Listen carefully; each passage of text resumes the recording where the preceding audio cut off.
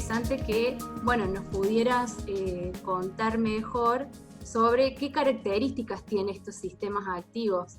Estamos hablando de barbijos innovadores, de nuevos componentes para desinfectar los ambientes, y bueno, y sobre todo, bueno, ¿cuál es esta potencial transferencia que tiene esta idea de proyecto bueno, van a comenzar a trabajar?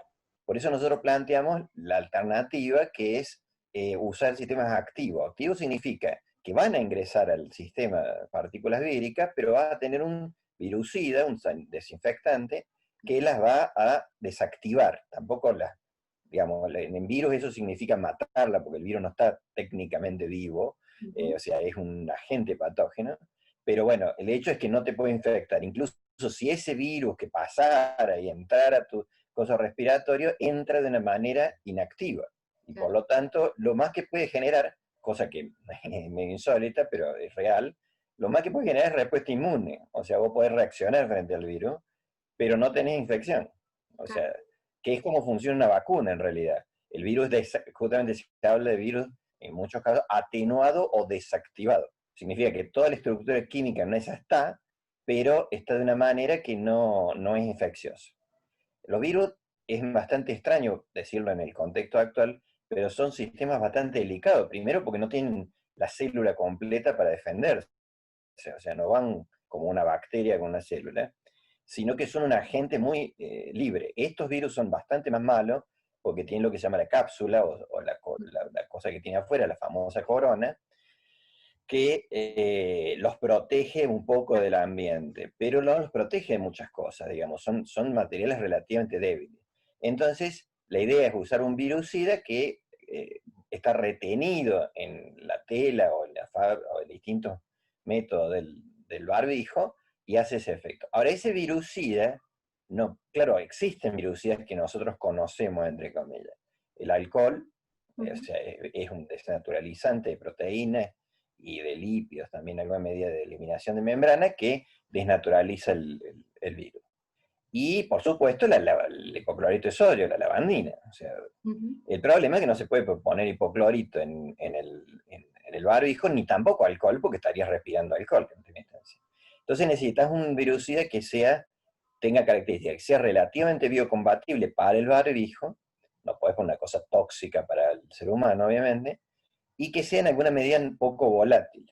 Uno de los mejores candidatos en literatura con evidencia sobre acción sobre el SARS-CoV-1, llamémosle, que el virus, la enfermedad del SARS, no la COVID-19, pero que es un pariente análogo, muy análogo a una mutación en realidad de este virus, es el yodo, que específicamente se pone en una forma de iodo povidona o iodo almidón como liberador.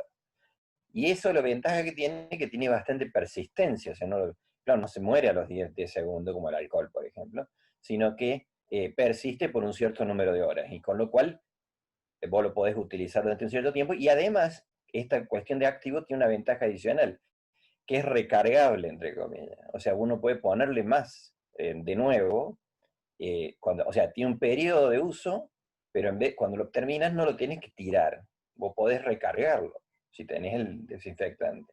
Entonces, si lo recargas, lo podés seguir usando, porque el resto no hay ningún problema. De hecho, vos podés desinfectar con el mismo desinfectante todo el resto del barbijo, por ejemplo, que puede ser la zona de unión a la cabeza, que pueden no estar completamente desinfectadas. Entonces, pero eso lo podés desinfectar incluso con otro desinfectante, con lavandina, por ejemplo, poner el caso.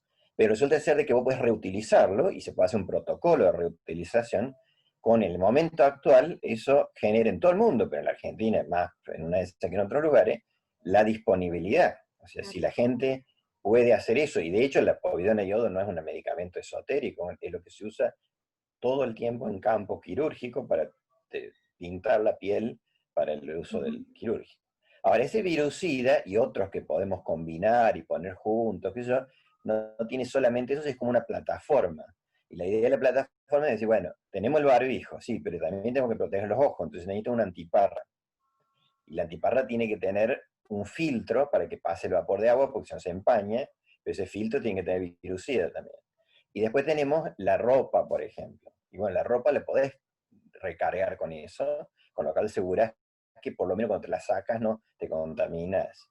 Y tenés la otra cosa que planteamos nosotros, es ambiental. Si pudieras un aerosol, pero no puedes aerosolizar iodopovidona porque en general no es muy útil, se puede usar una alternativa que es interesante, que genere partículas. Porque vos tenés partículas flotando en el ambiente, nanopartículas o submicro, esas partículas van a estar flotando en el ambiente, y cuando venga la partícula, la gota de estornudo, la partícula de virus, se le van a pegar encima, porque las partículas se agregan en general. Claro, el problema es que muchas veces esas partículas no las podés respirar vos. Entonces, bueno, ahí está la cuestión de el barbijo, dependiendo de cuál es el protocolo de acción que tenés, por ejemplo, en un ámbito hospitalario, vos podrías tener todo aerosolizado continuamente, pero todo el mundo tendría que tener un barbijo que además de este asunto tuviera probablemente un filtro de carbono activado, por ejemplo, para evitar que respire. Tampoco sabemos si la partícula con yodo, hay informes en la literatura que dicen que es aceptable, por lo menos en garganta o cosas por el estilo, pero para estar tranquilo, bueno, no respiramos eso. Pero el virus no tiene transmisión desde el enfermo, por ejemplo, al resto del personal médico, desde una persona infectada a otra.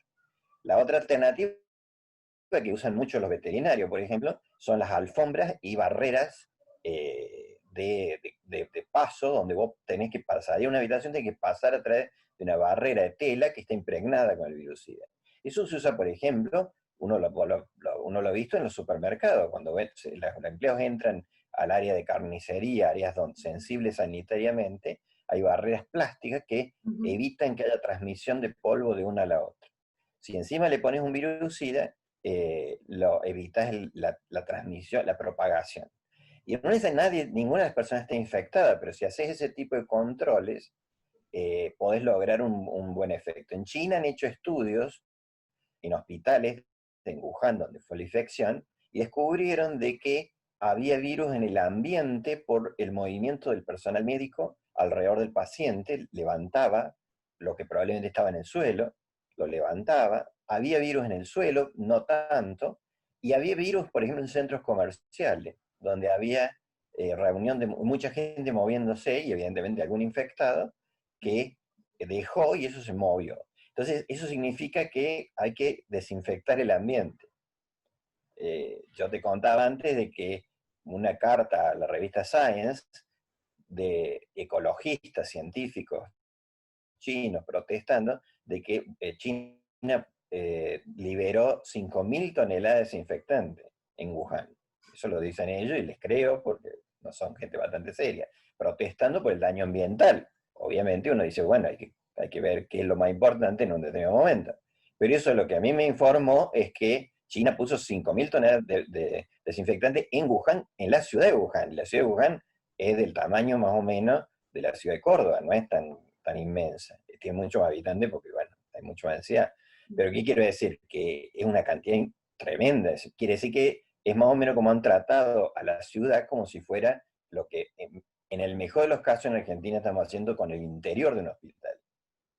Ese tipo de cosas, claro, si vos bloqueas, por ejemplo, la casa de un infectado, ¿qué se hace actualmente? Y está bien, cuarentenarlo. O sea, está infectado, no es grave, no hay que hospitalizarlo, pero lo pones en cuarentena. Con lo cual, primero asegurás que sus familiares se infecten, eso seguro, o sea, más o menos, pero está bien, es la razonabilidad del asunto. Si son grupos de riesgo, la cosa es medio complicada, pero bueno, podés manejarlo. Pero vos decís, bueno, pero ¿y cómo los vecinos? ¿Cómo saben que la persona esa, uno de la familia sale a comprar el pan y infecta a todo el mundo? Bueno, ese tipo de cosas vos las podés bloquear. Hay que tener en cuenta que en China, por ejemplo, en esos casos bloqueaban a la gente en su dormitorio, no la dejaban no la dejaban moverse en la casa. Entonces, bueno, haciendo otro tipo de cosas. Esas son las conductas de protocolo que se han usado. Pero resulta ser que con este tipo de acciones vos podés controlar que no hay drama de tener una persona infectada en un edificio porque tenés toda una serie de barreras que son barreras superpuestas. Y ahí viene el concepto este interesante del LOB, de que uno tiene que, en el mejor de los casos, es un concepto de bioseguridad conocido, digamos, que uno tiene que ir bajando en términos logarítmicos. Claro, una barrera te da 2, otra te da uno más, y llegas a 6. 6 significa 1 millón de veces menos de virus. Bueno, ya eso, digamos, si te infectaste es porque tenés muy mala suerte. Vos me comentabas que tenían vinculación con, o es parte del grupo de investigación, la gente del INTA Marco Juárez. Bueno, un poco la idea es que cuentes cómo es esa vinculación con estos otros organismos fuera de lo que es la universidad, del grupo de investigación, y si tienen vinculación con algún área pública, hospitales de Río Cuarto, incluso acá de Villa María. Sí, lo del intraventricular es una de las situaciones más comunes, que es la relación personal a través de trabajo conjunto con estudiantes que después van a parar a distintos lugares y seguimos colaborando. O sea, es una cuestión de redes que los científicos hacemos bastante bien. Él es un doctor en ciencias biológicas de la Universidad de Río Cuarto, que es microbiólogo de grado, y él hizo el doctorado en la Facultad de Agronomía Veterinaria en gente que estaba vinculada, que estaba dentro de nuestro instituto. Y entonces, después no pudo ingresar a CONICET, de hecho pidió ingreso conmigo, y no pudo ingresar a CONICET, y bueno, concursó en INTA y pasó a INTA, y es muy valioso porque, claro, él trabajaba en vacunas vacunas y sueros, en realidad, para enfermedades respiratorias en cerdos. Entonces, y la liberación de esas vacunas con nanotubos, con geles y cosas por el estilo. Por eso es nuestra vinculación con la parte de materiales. Nosotros tenemos un área creciente de biomateriales, cosas que tienen aplicación biológica, que tienen... ¿Por qué? Porque tenemos mucha vinculación con el área biológica, que también en la Universidad de Río Cuarto es muy fuerte.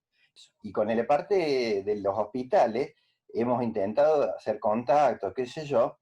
Ahora estamos, por una cuestión con la provincia, estamos yendo a través de lo que es el comité de emergencias de acá Río Cuarto, que en el cual obviamente está el director, está presidido por el director del hospital, para, primero de todo, para transferirle en alguna medida lo que serían las indicaciones o las ideas para que las empiecen a aplicar ya solamente de entrada. Por ejemplo, yo recibí por una colega que tiene la pediatra, trabaja en el hospital, todas estas cuestiones así familiares, que tenían problemas de acceso, no tenían suficiente alcohol en gel. Y entonces cuando me lo cuento, yo le digo, mira, decirle que use povidona y yodo que tiene en el campo quirúrgico. O sea, decirle que el alcohol en gel no es la magia única que existe, hay otras alternativas. Y eso es parte del asunto. A veces nos da como un poco de cosa, digamos, porque el no tener canales de difusión no es que nosotros tengamos la verdad, pero tenemos aporte y los tenemos fundamentados en trabajos científicos de otra gente. Muchas gracias, César. Saludos a todos. Dale, hasta luego.